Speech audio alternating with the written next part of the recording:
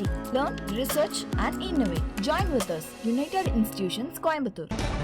நமது தொலைபேசி இணைப்பில் மூத்த பத்திரிகையாளர் தராசு ஷியாம் இணைந்திருக்கிறார். பேசலாம். வணக்கம் சார். வணக்கம். தமிழக அமைச்சரவையில் யார் யாருக்கு எந்தெந்த துறைகள் என்று ஒதுக்கப்பட்டிருக்கின்றன, உங்களுடைய பார்வை என்ன? துறை ஒதுக்கீடு செய்யப்பட்டிருப்பது மகிழ்ச்சியான விஷயம்தான். காரணம் என்னவென்றால், துறைகள் ஒதுக்கீடு செய்யப்படாவிட்டால் துறை செயலாளர்களால் பணியாற்ற முடியாது. ஏற்கனவே கிட்டத்தட்ட ஒரு 2.5 மாதம் அரசு நிர்வாகம் தேர்தல் காரணமாக பணியாற்றவில்லை. அந்த ஸ்தம்பித்த நிலையை மேலும் நீட்டிப்பது அழகல்ல. இப்போது துறை ஒதுக்கீடு செய்யப்பட்டுள்ளது. கிட்டத்தட்ட முக்கியமான துறைகளுக்கு எல்லாமே அமைச்சர்கள் பொறுப்பேற்றுக் கொண்டுள்ளார்கள். எனக்கு பிடித்தமான நியமனங்கள் எது என்று பார்த்தால், பள்ளி கல்வித்துறை, எழும்பூர் எம்எல்ஏ திரு ராஜ்மோகன். ஒரு சமூக நீதியும் கூட அதுல இருக்கிறது. பழைய கல்வித்துறை திமுக ஆட்சியின் கல்வித்துறை அமைச்சரோடு ஒப்பிட்டு பார்க்கும்போது அவருக்கே செய்தித்துறையும் வழங்கப்பட்டிருக்கிறது. அது கொஞ்சம் கூடுதல் சுமையாக இருக்கும். காரணம், பள்ளி கல்வித்துறை பெரிய துறை. அது இன்னும் சொல்ல போனால் அரசு பள்ளி, அரசு உதவி பெறும் பள்ளி இரண்டுக்குமே அவர்கள் பொறுப்பாளர்கள் ஆவார்கள். மெட்ரிகுலேஷன் பள்ளிகளும் அதே பொறுப்பின் கீழ் தான் வரும். ராஜ்மோகன் அவர்கள் சிறப்புடன் பணியாற்றுவார் என்றுதான் நான் நினைக்கிறேன்.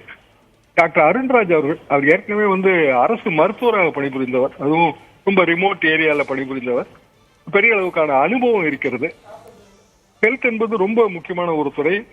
நமது அரசு மருத்துவமனைகள், அகில இந்தியாவிலும் புகழ்பெற்ற மருத்துவமனைகள், மருத்துவ கல்லூரிகள் இருக்கின்றன. அதையும் அவர் திறம்பட நிர்வகிப்பார் என்றுதான் நான் நினைக்கிறேன். இது போக நிர்மல்குமார் அவர்கள், அநேகமாக அவரை அனைவருக்குமே தெரியும். அதுவும் குறிப்பாக நமது தொலைக்காட்சி சர்க்கிள்களிலும் அவரை தெரியும். அவருக்கு 2 துறைகள். ஒன்று வழக்கறிஞராக சட்டத்துறை, இன்னொன்று மின்சாரத்துறை. 2 துறையும் ரொம்ப முக்கியமானது. மின்சாரத்துறை மிக மிக முக்கியமானது. சிறப்புடன் பணியாற்ற வேண்டும் என்பது எனது தனிப்பட்ட வாழ்த்துகள். சில முக்கிய துறைகளுக்கு இன்னமும் ஒதுக்கீடு செய்யப்படவில்லை. உதாரணமாக வேளாண்மை துறை, வனத்துறை, இதற்கெல்லாம் உயர்கல்வித்துறை, இதற்கெல்லாம் இன்னமும் அமைச்சர்கள் இல்லை. ஒருவேளை கூட்டணி கட்சி காங்கிரஸ் கட்சியோ அல்லது அதிமுகவிலிருந்து இப்போது பிரிந்துள்ளவர்களோ யாருக்கேனும் அந்த வாய்ப்புகள் கிடைக்கலாம். அதுபோக ஏற்கனவே தாவேகாவில் 9 அமைச்சர்கள் என்பது நிச்சயமாக போதாது. கூடுதல் அமைச்சர்கள் தேவை. குறைந்தபட்சம் ஒரு 30 அமைச்சர்கள் நமக்கு தேவை. எனவே தாவேகாவிலும் சிலருக்கு ஒதுக்கீடு செய்யலாம் என்பது முதலமைச்சரின் சிந்தனையாக இருக்கக்கூடும். பொதுவாக முதலமைச்சர்கள் என்னென்ன துறைகளை கையில் வைத்துக் கொள்வார்களோ அந்த துறைகளை முதலமைச்சர் விஜய் அவர்கள் அவர் கையிலே வைத்திருக்கிறார். குறிப்பாக அவர் அடிக்கடி வற்புறுத்துகிற குழந்தைகள் நலம், பெண்கள் நலம், இதற்கெல்லாம் சிறப்பு கண்காணிப்பு, இதையெல்லாம் அவரிடம் வைத்திருப்பது என்பது சரிதான். IAS IPS எப்போதுமே முதலமைச்சரிடம் தான் இருக்கும். சட்டம் ஒழுங்கு மற்றும் காவல்துறை, அதையும் அவர் வைத்திருப்பது சரிதான். மற்றபடி செங்கோட்டையன் அவர்களுக்கு நிதித்துறை ஒதுக்கப்பட்டிருப்பது எனக்கு கொஞ்சம் ஆச்சரியமாக இருந்தது. நிதித்துறை என்பது பெரிய அளவுக்கு ஒரு ஃபீல்டு உள்ள துறை என்று சொல்ல முடியாது. ஆனால் எப்படி நினைத்திருப்பார்கள் என்று நான் யூகிக்கிறேன் என்றால், நிதித்துறைக்கான பணி இந்த முறை அதிகம். காரணம், தாவேகாவின் பல்வேறு வாக்குறுதிகளை நிறைவேற்றுவதற்கு நிதி சுமை இருக்கும். எனவே பிற துறைகளோடு கலந்து ஆலோசித்து, பிற துறை அமைச்சர்களோடு துறை செயலாளர்களோடு கலந்து ஆலோசிக்கக்கூடிய ஒரு சீனியர் அமைச்சர் தேவை என்று நினைத்திருப்பார்கள். ஒரு காலத்திலே அப்படியான ஒரு பொறுப்பை நாவலர் நெடுஞ்செழியன் அவர்கள் திறம்பட வகித்தார். ரொம்ப சீனியர், திராவிட இயக்கத்தின் ரொம்ப சீனியர்களில் அவர் ஒருவர். கிட்டத்தட்ட அதே சீனியாரிட்டி செங்கோட்டையன் அவர்களுக்கு இருக்கிறது.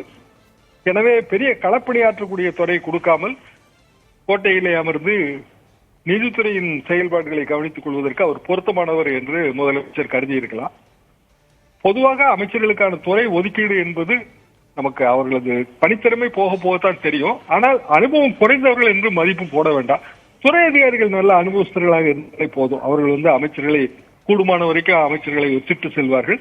அவர்களுக்கான அந்த கைடன்ஸ் என்பது துறை அதிகாரிகளிடமிருந்து கிடைத்துவிடும். ஏற்கனவே அதற்கேற்றவாறு துறை அதிகாரிகள் போட்டிருக்கிறார்கள் என்றுதான் நான் நினைக்கிறேன். சில துறை செயலாளர்கள் நியமனங்களை பார்க்கும்போது அப்படி தெரிகிறது. ஆக ஒட்டுமொத்தத்திலே அமைச்சரவையின் துறை ஒதுக்கீடு எல்லாமே நடந்தேறி இருக்கிறது. திங்கட்கிழமையிலிருந்து தமிழக அரசின் நிர்வாகத்திலே புதிய சுறுசுறுப்பு தெரியும் என்பது எனது எதிர்பார்ப்பு.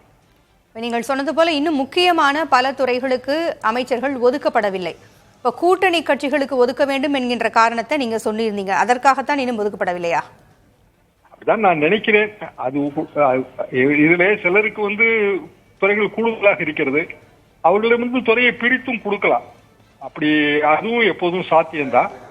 ஆனால் கூட்டணி கட்சிகளில் கொஞ்சம் சீனியர்கள் இருக்கிறார்கள். அது காங்கிரஸ் கட்சியிலும் சரி, அதே போல ஒருவேளை சி.வி. சண்முகம் தலைமையிலானவர்களுக்கு துறை ஒதுக்கீடு செய்யலாம், அமைச்சர்கள் ஆக்கலாம் என்று முடிவு செய்தால் சரி, சட்ட பிரச்சனை இருக்கு. சட்ட பிரச்சனையை தாண்டி வர வேண்டும். கண்டிப்பாக அட்வொகேட் ஜெனரல் அவர்களின் அபிப்பிராயம் கேட்க வேண்டும், சட்டத்துறையின் அபிப்பிராயம் கேட்க வேண்டும். முன்னதாக சட்டமன்றத்திலே சபாநாயகர் 2 அணிகள் இருக்கின்றன என்பதற்கான ஒரு ரெகக்னிஷன் கொடுக்க வேண்டும். அதாவது அதிமுக 2ஆக இருக்கிறது, ஒன்று இபிஎஸ் தலைமையிலானது, ஒன்று சிவிஎஸ் தலைமையிலானது என்பதற்கு முதலிலே சட்டப்பேரவை தலைவர் அங்கீகார கடிதம் கொடுக்க வேண்டும். அங்கீகார கடிதம் கொடுத்தாலே உடனடியாக அது நீதிமன்றத்துக்கு சென்று விடும். எனவே பல கட்ட அமில சோதனைகளை தாண்ட வேண்டியது இருக்கிறது. அது என்றாலும் கூட துறைகளை அவர்கள் இதற்காக நிலுவையில் வைத்திருக்கலாம்.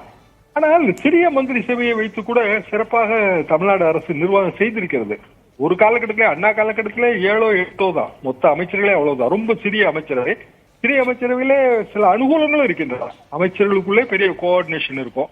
இங்கு ஒரே ஒரு பிரச்சனை, சென்னையிலே அமைச்சர்களின் எண்ணிக்கை மிக அதிகம். காரணம், தாவேகாவின் முக்கிய தலைவர்கள் எல்லோருமே சென்னையில் நின்று வெற்றி பெற்றிருக்கிறார்கள்.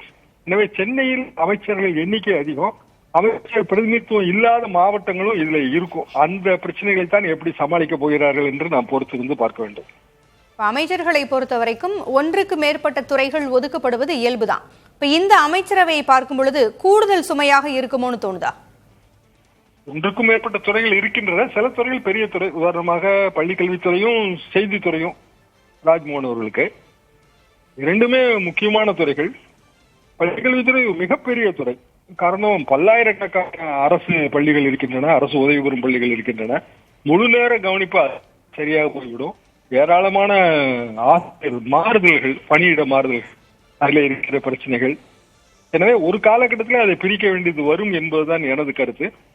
மற்றபடி சுகாதார மருத்துவத்துறை, ஹெல்த் மினிஸ்ட்ரி, அது நீட்டாக போய்விடும் என்று நினைக்கிறேன். ஏன்னா அவருக்கு ஒரு பெரிய எக்ஸ்போஷர் இருக்கு. அருண்ராஜ் அவர்களுக்கு ஒரு பெரிய, அதில் அவரே பணியாற்றி இருப்பதால் பெரிய எக்ஸ்போஷர் இருக்கு. அதெல்லாம் நீட்டாக போய்விடும் என்று நினைக்கிறேன். முதலமைச்சரிடம் இருக்கும் சில துறைகளை கூட அவர் பகிர்ந்து கொடுக்கலாம், அது உண்டு. திரு ஸ்டாலின் அவர்களே பகிர்ந்து கொடுத்திருக்கிறார். முக்கியமான துறை வனத்துறையும் கூட. வனத்துறையில அது போட்டே வர வேண்டும். அது ஒருவேளை கூட்டணி கட்சி தலைவர்களுக்காக நிலுவையில் இருக்கிறதா என்று தெரியவில்லை. காரணம், கூட்டணி கட்சிக்கும் ஒரு முக்கிய துறை கொடுக்க வேண்டும். ரொம்ப எளிமையான துறைகளை கொடுக்க முடியாது. ஒருவேளை அப்படியான எண்ணம் இருக்கிறதா என்பது நமக்கு தெரியவில்லை. அப்படி இருக்குமோ என்று நான் யூகிக்கிறேன். தமிழகத்தை பொறுத்த வரைக்கும் தொழில்துறையில் முதலீடுகளை ஈர்ப்பதில் ரொம்ப அதிக கவனம் செலுத்தி வரக்கூடிய இந்த சூழல்ல தொழில்துறை கீர்த்தனாவிற்கு ஒதுக்கப்பட்டிருக்கிறது. உங்களுடைய பார்வை என்ன?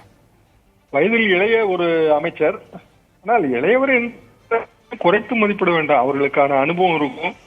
விருதுநகர் சிவாஜி பகுதியை சேர்ந்தவர். ஏற்கனவே அங்கு தொழிலகங்கள் மிக மிக அதிகம். அவருக்கான அனுபவத்தையும் அவருக்கான அந்த வழிகாட்டுதலையும் துறை அதிகாரிகள் கொடுத்தாலே போதும். துறையிலே இருக்கிற மூத்த அதிகாரிகள் அவர்கள் வழிகாட்டுகின்ற விதமாக ஒரு அமைச்சர் நடந்து கொண்டாலே போதும். எங்கள் காலத்திலே அவர்கள் ஆட்சிக்கு வரும்போது மிக இளைய காரணம், உதாரணமா அப்போது விவசாயத்துறை குழந்தைவேல் அவர்களிடம் இருந்தது. வயதுல ரொம்ப என்னுடன் கல்லூரி 2 ஆண்டுகள் சீனியராக அவர் கிளாஸ்மேட்.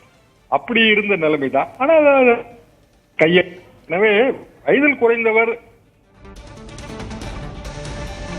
தமிழக அரசிற்கான அமைச்சரவை ஒதுக்கப்பட்டிருக்கிறது. எந்தெந்த அமைச்சருக்கு எந்தெந்த துறை என்கின்ற விவரங்கள் வெளியாகி இருக்கின்றன. அமைச்சர் கீர்த்தனாவிற்கு தொழில் மற்றும் முதலீட்டுத்துறை ஒதுக்கப்பட்டிருக்கிறது. முதலமைச்சர் விஜய்க்கு பொது நிர்வாகம், மகளிர், இளைஞர் நலன், மாற்றுத்திறனாளிகள் துறை, நகராட்சி நிர்வாகம், குடிநீர் விநியோகம் ஆகிய துறைகளும் ஒதுக்கப்பட்டிருக்கின்றன.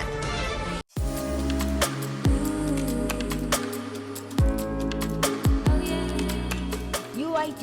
Learn, research and innovate. Join with us. United Institutions, Coimbatore.